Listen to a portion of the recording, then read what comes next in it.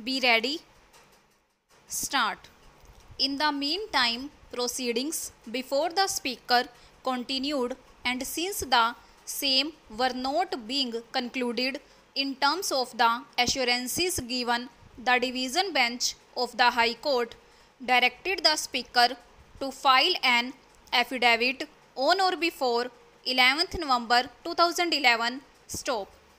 Finally, being dissatisfied with the progress of the pending disqualification petitions before the speaker, the division bench took up the latter's patent appeals on 2nd December 2011, when directions were given for production of the entire records of the matter pending before the speaker. Stop.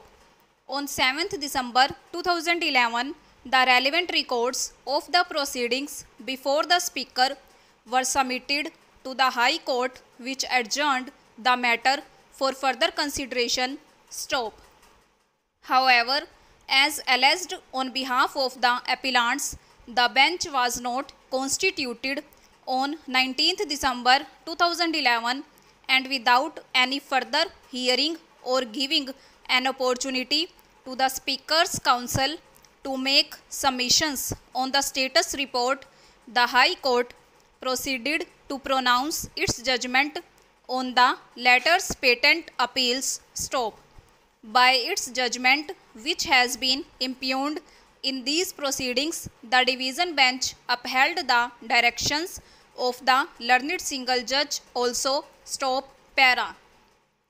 However, while disposing of the matter, the division bench stayed the operation of the orders passed by the Speaker on the merger of the HJC with the INC dated 9th November 2009. Stop. It also declared the 5 MLAs who have filed separate appeals before this court as being unattached members of the Assembly with the right to attend the sessions only. Stop. It was directed that they would not be treated either as a part of the INC or the HJC party, with a further direction that they would not hold any office either. Stop. It is the aforesaid directions and orders which have resulted in the filing of the several special leave petitions before this court by the Speaker and the 5 concerned MLAs. Stop.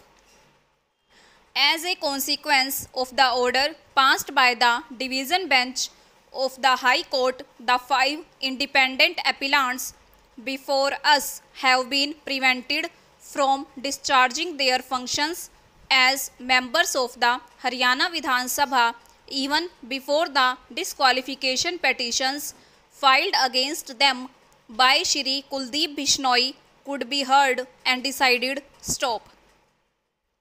Appearing for the Speaker of the Vidhan Sabha, who is the appellant in the appeal arising out of SLP number 54 of 2012, Mr. F. Nariman, Solicitor General of India, contended that this was not a case where the survival of the government depended upon allegiance of the 5 MLAs under consideration, since the government was formed with the support of 7 independents and 1 MLA from the Bahujan Samaj Party. Stop. Para.